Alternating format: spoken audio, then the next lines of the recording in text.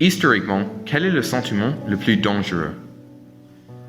Historiquement, le sentiment le plus dangereux, il est clairement celui qui déshumanise l'autre être humain. Par déshumanisation, c'est affirmer que par sa différence, l'autre n'appartient pas à la même humanité. Alors l'autre, ça peut être l'autre en tant qu'habitant d'un autre pays. Dans ce cas-là, c'est une déshumanisation qui est animée par un nationalisme extrême. Tout est mieux chez moi, tout est mieux dans mon pays, tout est formidable dans mon pays. L'autre pays est par définition mauvais. Donc ça peut aller jusqu'à des guerres extrêmement brutales comme la Première Guerre mondiale, qui est animée par un très très fort sentiment nationaliste.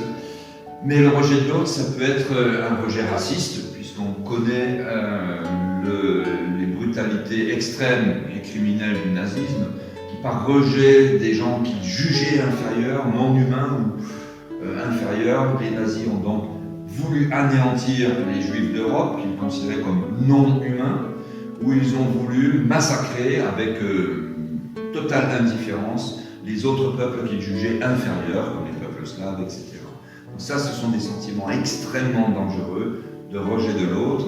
J'ajouterai aussi dans les grands mouvements criminels de l'histoire, l'extrémisme stalinien ou l'extrémisme du communisme chinois, où l'ennemi, c'est celui qui ne veut pas accepter la discipline du parti communiste, et il est considéré comme inhumain s'il est bourgeois ou prétendument bourgeois, ou s'il est prétendument non orthodoxe dans sa pensée. Et là aussi, on le rejette dans les lointains de l'humanité, dans la non-humanité, et on s'autorise à le massacrer. Le stalinisme était immensément criminel, le maoïsme chinois était immensément criminel, le nazisme était immensément criminel, et même les très grandes démocraties européennes du XXe siècle ont été extrêmement criminelles dans la Première Guerre mondiale. Voilà.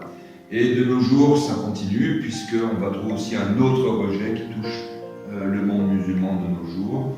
Et dans le monde musulman, qui est quand même une très grande civilisation historique, on va trouver un courant de pensée qui est très fort actuellement, qui rejette et qui s'autorise à rejeter de l'humanité tous les gens que ces gens-là disent ne pas être de bons musulmans, qu'ils soient musulmans ou chrétiens ou autres, ils sont rejetés. Et donc ces gens-là se permettent de massacrer des gens, de les rejeter, de conduire les pires horreurs. Voilà.